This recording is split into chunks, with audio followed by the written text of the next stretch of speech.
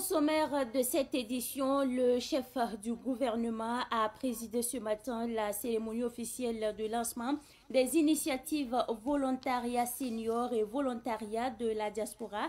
Ce programme de volontariat se tient sous le thème valorisation de l'expertise des seniors et de la diaspora par l'engagement volontaire au service de la révolution progressiste populaire au Burkina Faso, à suivre dans ce journal.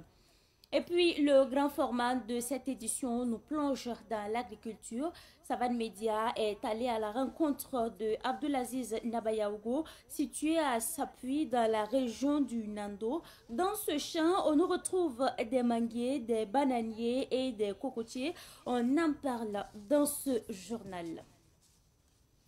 Mesdames et messieurs, bonsoir et bienvenue à Sur un de vous consacré à l'actualité sur Savane TV. Comme annoncé en titre, à l'occasion de la deuxième phase des journées d'engagement patriotique et de participation citoyenne, le programme national des volontariats au Burkina Faso a lancé les deux initiatives de volontariat senior et de volontariat de la diaspora.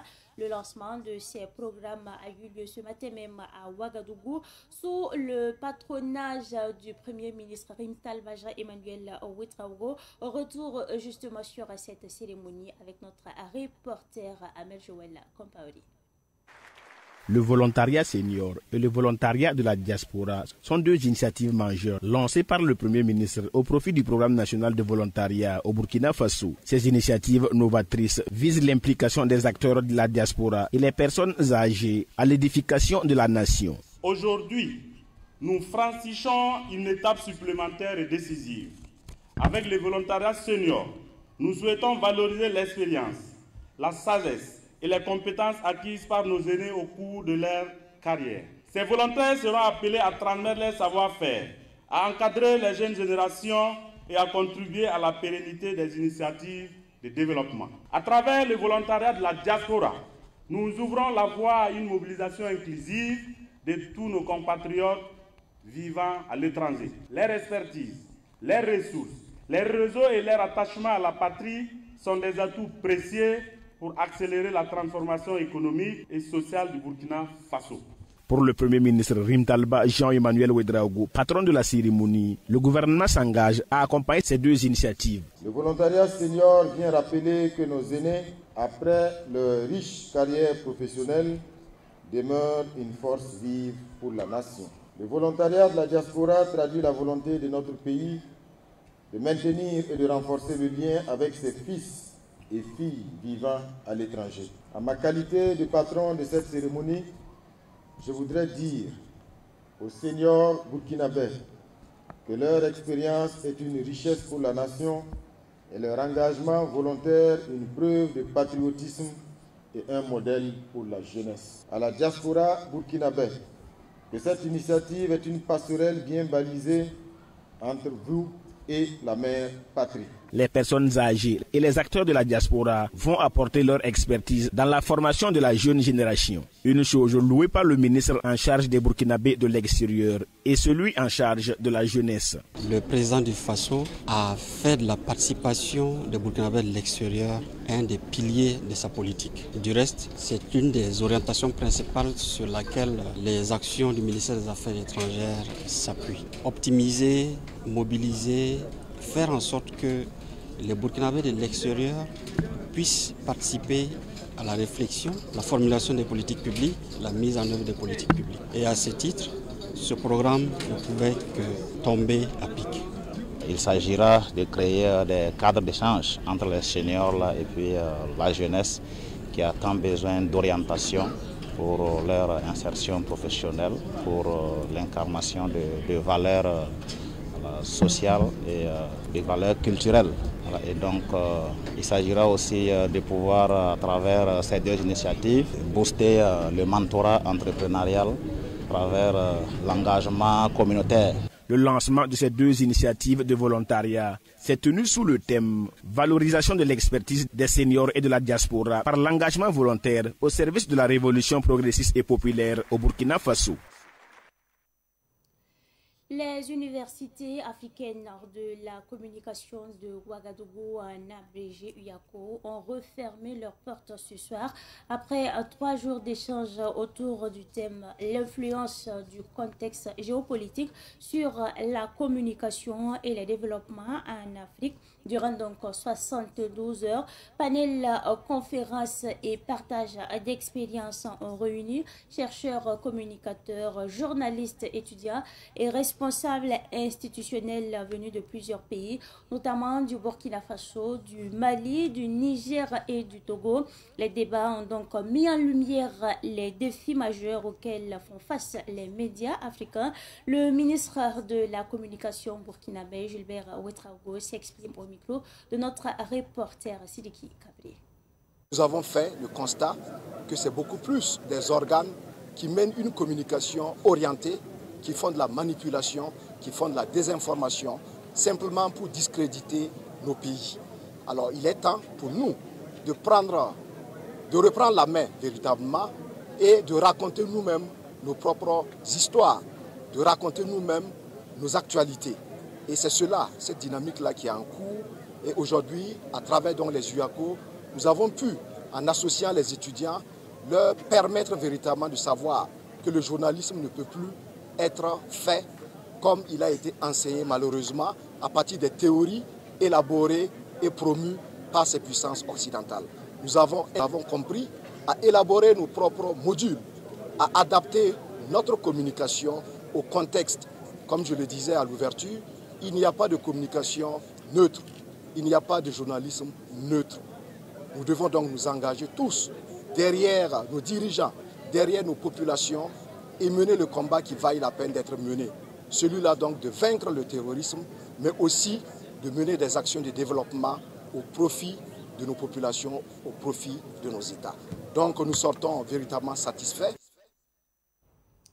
Eh bien, l'actualité de ce soir est également marquée par l'Office national de sécurisation des sites miniers, en abrégé ONASIM, qui vient en soutien à certaines pupilles de la nation à cette rentrée scolaire.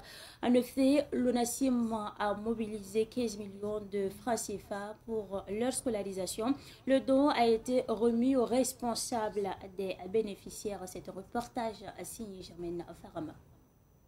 Veiller sur les pupilles de la nation, l'Office national de sécurisation des sites miniers, ONASIM, en fait son devoir.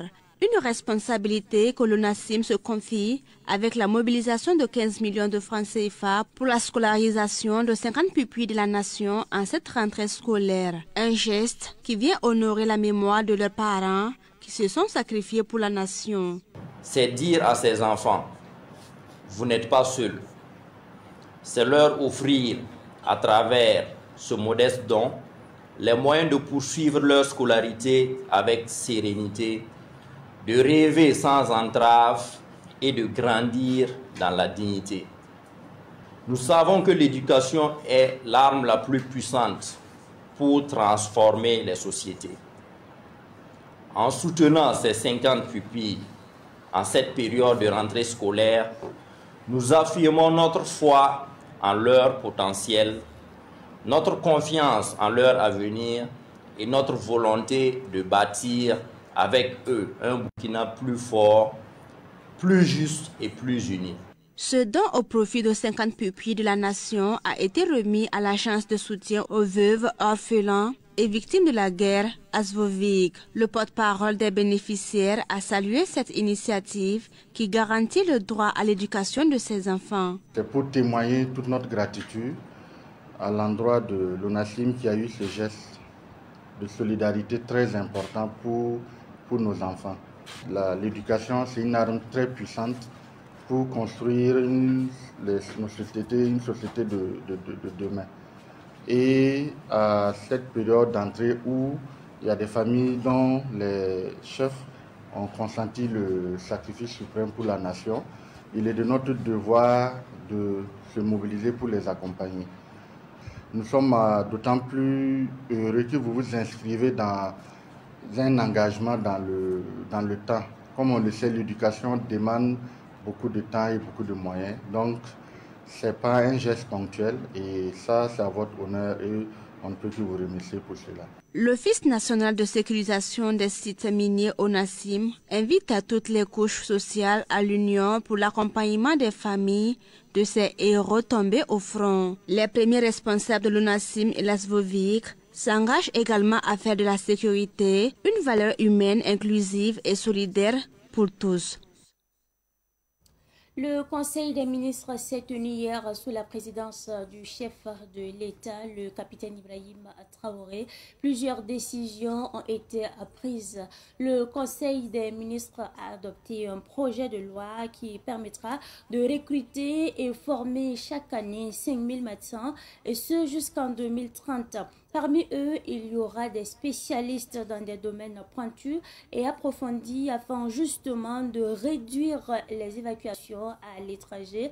Le Conseil des ministres a aussi procédé à la dissolution de l'association professionnelle des représentants indépendants de CUNET pour activités illicites. Retour sur les grandes décisions du Conseil des ministres d'hier avec Daouda Yambego. Le gouvernement a expliqué la dissolution de l'association professionnelle des représentants indépendants de CUNET à Profric de janvier 2019 à décembre 2024, soit en espace de 5 ans. Les services de police ont enregistré plus de 1300 plaintes contre CUNET qui a fait plus de 2300 victimes. Le préjudice subi par les victimes s'élève à plus d'1,3 milliard de francs CFA. Le gouvernement a fait le constat que les activités des membres du réseau CUNET se révèlent être une arnaque à grande échelle. C'est pourquoi le Conseil des ministres a décidé la dissolution de l'association. Dans le domaine de la santé, le gouvernement a adopté un rapport relatif à un plan 1000x5 de développement des ressources humaines en santé. Il s'agit, selon le ministre Jean-Claude Kargougou, d'un recrutement et d'une formation chaque année de 5000 médecins, pharmaciens et chirurgiens dentistes, et cela jusqu'en 2030. Il s'agit aussi de faire en sorte que 310 médecins, pharmaciens et chirurgiens dentistes puissent disposer de spécialisation dans des domaines extrêmement pointus et approfondis. Et ce n'est pas tout. Ce plan vise aussi le recrutement de 500 assistants hospitalo-universitaires médecins, pharmaciens et chirurgiens dentistes pour venir en appui le recrutement de 10 480 paramédicaux pour animer les centres médicaux communaux et enfin de faire en sorte que 250 médecins, pharmaciens, chirurgiens dentistes spécialistes qui se sont formés à titre privé puissent être reclassés, a poursuivi le ministre de la Santé, Robert Lucien Jean-Claude Kargougou. Deuxième phase des journées d'engagement patriotique et de participation citoyenne. Le chef de l'État, le capitaine Ibrahim Traoré, appelle les Burkinabés à être des exemples de modèles d'intégrité et de responsabilité. La synthèse du message du chef de l'État, le capitaine Ibrahim Traoré, avec Yacouba Kemtori. Dans son message, le capitaine Ibrahim Traoré salue pour commencer la fibre patriotique qui s'éveille lentement mais sûrement en chaque Burkinabé. Vos actes de patriotisme résonnent dans le monde et honorent notre révolution, poursuit le chef de l'État. Le président du Faso félicite à la fois le peuple burkinabé et particulièrement les immergés patriotiques au Burkinabé pour leur adhésion aux différentes initiatives présidentielles. Aux immergés, il dit ceci: vous êtes désormais les témoins et défenseurs des valeurs patriotiques auprès de vos pères, cadets, aînés, dans vos universités, qu'elles soient au Burkina Faso ou ailleurs. Fin de citation. Pour cette deuxième phase des journées d'engagement patriotique et de participation citoyenne, le président du Faso engage les Burkinabés et lui-même sur 2 points. D'abord, la protection des biens publics et ensuite la lutte contre la corruption et le racket qui gangrène certaines administrations. Ensemble, faisons du Faso une terre où règne l'ordre, la discipline, la probité et la justice. Léguons aux générations futures des infrastructures solides, des services publics propres, des quartiers assernis, des rues arrangées et une circulation respectueuse du code de la route, conclut le capitaine Ibrahim Traoré dans son message. Eh bien, personnes âgées, on en parle également dans l'actualité de ce soir.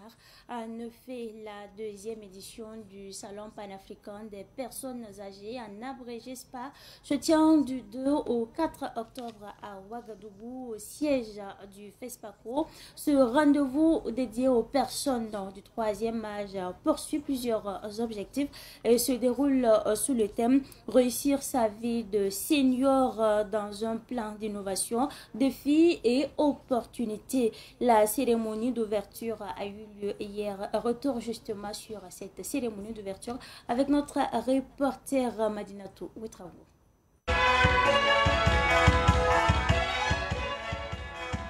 Le Salon panafricain des personnes âgées a ouvert ses portes ce jeudi dans l'enceinte du FESPACO. Un défilé des différentes communautés et des prestations artistiques ont ponctué la cérémonie d'ouverture. J'ai dit ça va pas chez moi, c'est pas partout, c'est chez moi que ça va pas d'abord. Selon la promotrice Yacine Kindo, plusieurs activités sont au menu de cette deuxième édition du SPA. Nous aurons beaucoup de communication axée justement sur la thématique, des panels, des conférences. Également, nous aurons des partages d'expériences intergénérationnelles, sans oublier un village santé où il y aura plein de dépistages et tout cela est gratuit. Nous aurons également des expositions d'objets anciens, des stands institutionnels et des activités ludiques pour nos seniors, des jeux, des défilés de mode, etc. Pour le représentant des parrains, ce salon est salutaire. Ce salon représente vraiment une opportunité à saluer, en ce sens qu'il vient contribuer plutôt à la protection et à la promotion des droits des personnes âgées dans notre pays. Sous vitrine de partage d'expérience, d'innovation et d'avancées significatives en tout cas pour les actions déjà menées par notre ministère. C'est elle qui est au devant des choses, mais les anciens, ils constituent aussi une bibliothèque et le partage d'expérience est très important pour le développement socio-économique d'un pays. La première édition du Salon panafricain des personnes âgées avait connu un franc succès selon la promotrice Yacine Kindo. Elle a permis la mise en place d'une coopérative, fruit des réflexions et initiatives nées lors de cette rencontre panafricaine. Cette fois-ci, nous déposons nos valises à Boissa. Le cimetière de Boissa, dans l'arrondissement 7 de la ville de Ouagadougou, est désormais propre. Son mur de clôture est aussi en construction. De nombreuses bonnes volontés travaillent en tout cas à en faire un lieu digne de ceux qui y reposent. Elles étaient sur place le dimanche dernier. Reportage de Joseph Kaboré et de Ahmed Joël Compaori. Jeunes, moins jeunes, hommes, femmes, tous sont mobilisés ici au cimetière de Boissa pour rendre hommage aux personnes décédées et le cadre de vie propre. Une initiative de ceux qu'on appelle les mendiants VIP, avec la bénédiction du PDG de la société Abdoul Service International, à l'origine de la disponibilisation de ce cimetière et du mur de clôture en construction. Avec cette œuvre de salubrité, toutes ces bonnes volontés espèrent mettre fin aux inhumations hors cadre et à l'oubli des morts. Nous avons répondu à l'appel des mendiants VIP qui appellent toute la population de Ouagadougou et environnant de venir rendre les lieux propres. C'est un objectif que nous devrons atteindre. Voilà pourquoi, malgré la pluie, en tout cas, on est resté sous la pluie pour travailler, pour rendre ces lieux propres. Parce qu'aujourd'hui, nos devanciers sont morts, mais c'est nous qui devrons quand même travailler à les rendre utiles. Les bonnes volontés sont toujours attendues pour améliorer l'état du cimetière de Boissa, situé dans l'arrondissement 7 de la capitale Ouagadougou. Après Boissa, nous déposons nos valises à Bobo-Dioulasso, la capitale économique du Burkina Faso. La radio-télévision du futur en abrégé, RTF, a officiellement lancé ses activités mardi dernier. Cette web TV vise à révolutionner la façon dont l'information est donnée, et surtout à accompagner les autorités burkinabè. Retour justement sur la cérémonie de lancement avec Nonga Sida Thomas Sondo de Savane Media Ouest. La cérémonie qui s'est déroulée dans une ambiance conviviale a rassemblé plusieurs responsables du secteur de la communication, des autorités locales ainsi que de nombreux journalistes et citoyens. Un choix qui traduit la volonté des promoteurs de la RTF de s'inscrire dans la dynamique de la révolution progressiste populaire. La nécessité de la création de la radio-télévision du futur, vous savez qu'aujourd'hui la communication c'est une arme. Donc nous avons créé cette radio pour accompagner vraiment les autorités aujourd'hui. Vous savez que partout, les gens, il y a des informations que les gens divulguent sans contrôler. Ce qui n'est pas ça, les gens disent ça. Nous, on a créé pour être juste, vrai et crédible. Cette initiative s'inscrit dans une vision futuriste où la radio et la télévision ne seront plus de simples canaux d'information, mais aussi des outils éducatifs et citoyens. Un espace qui est appelé à devenir un lieu où se conjuguent vérité, rigueur et ouverture d'esprit. Nous savons que les médias, partout dans le monde, ne se contentent pas de rapporter des faits. Ils façonnent des imaginations, influencent des choix et contribuent à la construction d'une citoyenneté éclairée. Je vous exhorte, vous et l'équipe technique et rédactionnelle, d'éduquer avec pédagogie, d'inspirer la jeunesse au travers des récits positifs, d'offrir un cadre de plaidoirie aux sans-voix, de promouvoir la culture du dialogue et de la paix en vulgarisant les vertus de l'engagement. Samira Dayo, représentant El Hadj Amadou Baba Dayo, président du conseil d'administration du groupe Sobicop, président de la présente cérémonie, a exprimé sa satisfaction à l'endroit des premiers responsables. Une opportunité pour moi d'assister au lancement de la radio-télévision RTF. Alors je souhaite bonne chance à la radio. C'est une belle initiative en tout cas parce que ça nous permettra d'avoir des informations en temps réel et c'est une très belle initiative pour nous sincèrement. Je les encourage à faire beaucoup d'efforts pour donner le meilleur d'eux-mêmes. Le lancement officiel de la Web TV était placé sous le patronage du ministre en charge de la communication, représenté par le directeur provincial de la communication du TUI. La cérémonie a également servi de cadre de récompense des lauréats des Jeux concours organisés par la RTF. Une visite du champ de Abdulaziz Nabayaogo situé à Chapuis dans la région du Nando, un champ dans lequel nous avons trouvé plusieurs variétés d'arbres tels que des manguiers, des bananiers, des cocotiers. La visite guidée du champ avec Madinato Ouitrago.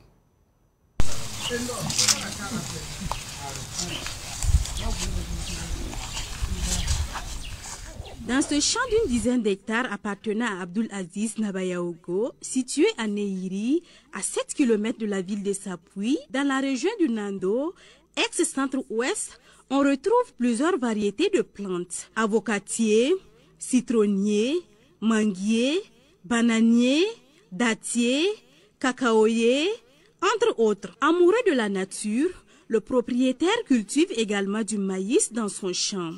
Des produits bio, 100% burkinabé selon Abdulaziz Nabayaogo. Cette initiative s'inscrit en droite ligne de la volonté du chef de l'État, le capitaine Ibrahim Traoré. Si l'appel du président dit chacun n'a qu'à faire l'agriculture, nous aussi on a mis notre main dans la pâte. On fait des maïs, des petits mines et un peu de haricots. À l'occasion de cette visite guidée, quelques membres de la coordination nationale de la veille citoyenne étaient présents, un partenaire d'Abdulaziz Nabayaogo également. Ils ont profité de l'occasion pour féliciter l'initiative. C'est une initiative très salutaire parce qu'il a répondu favorablement à l'appel de l'initiative présidentielle pour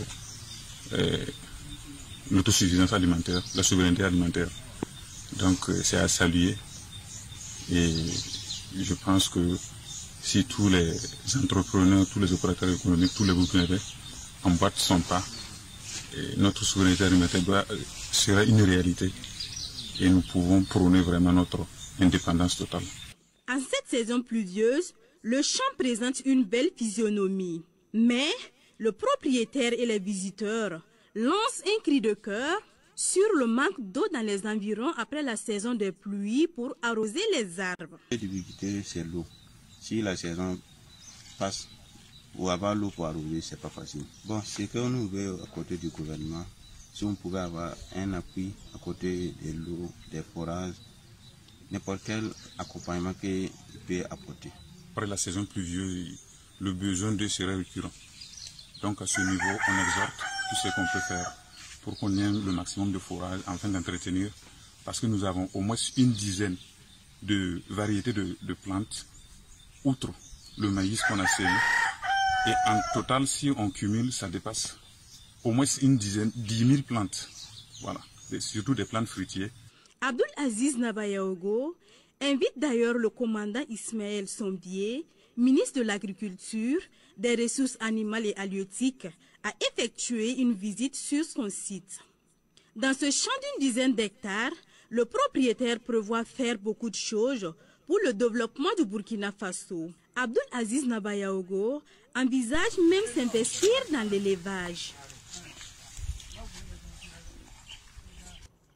L'Association des grossistes et détaillants d'intrants agricoles en abrégé, Agrodia, a organisé hier une journée de visite au centre de transfert de technologie agricole de Boula dans la province du Bazega, région du Nazinon. On fait le point avec Joël Perkouma.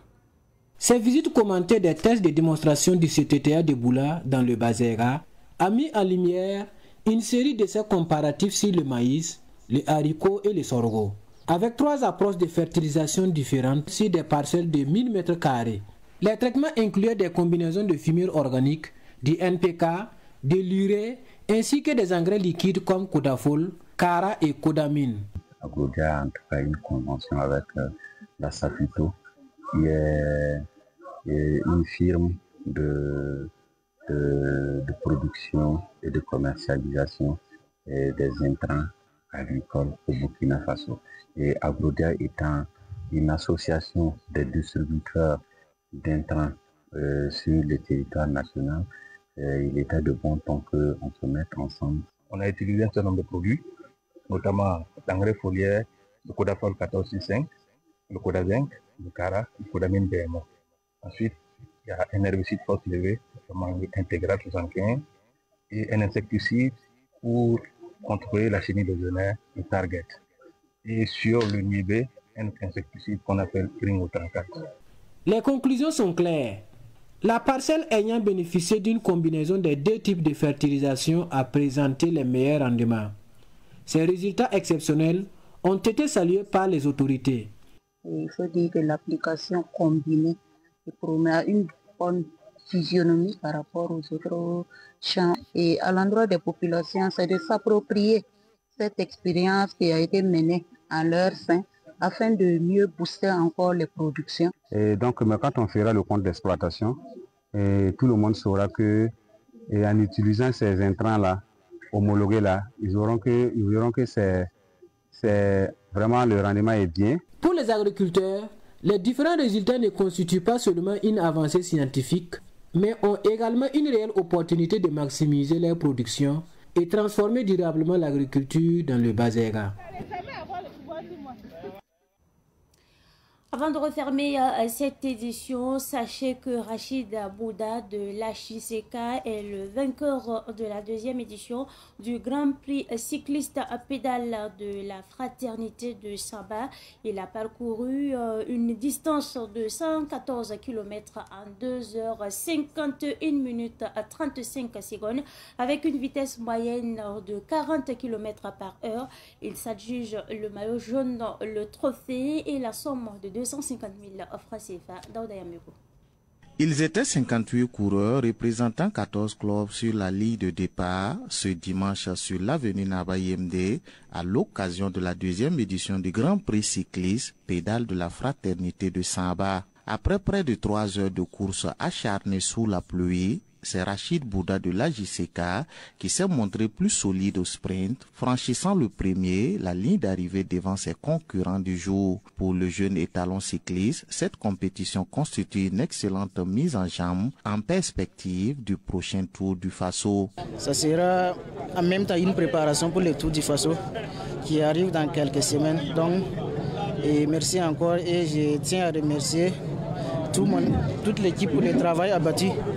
Et on a fait un bon travail. Et bon, donc c'est ça, je tiens à remercier tout le monde. Donc au début, il y avait la polluée, donc on a essayé d'utiliser peu de personnes à l'avant. Et bon, quand la pluie a fini, on a commencé à pédaler, donc et la stratégie a bien marché. Pour le promoteur du Grand Prix cycliste, pédale de la fraternité de Samba, Kombinaba de Samba, cette compétition a pour objectif de promouvoir la paix et renforcer la cohésion sociale dans la commune. Le sport étant un facteur de rassemblement, j'ai initié cette course cycliste afin de rapprocher davantage les jeunes tout en œuvrant à la promotion de la paix et de la cohésion sociale dans la commune de Samba.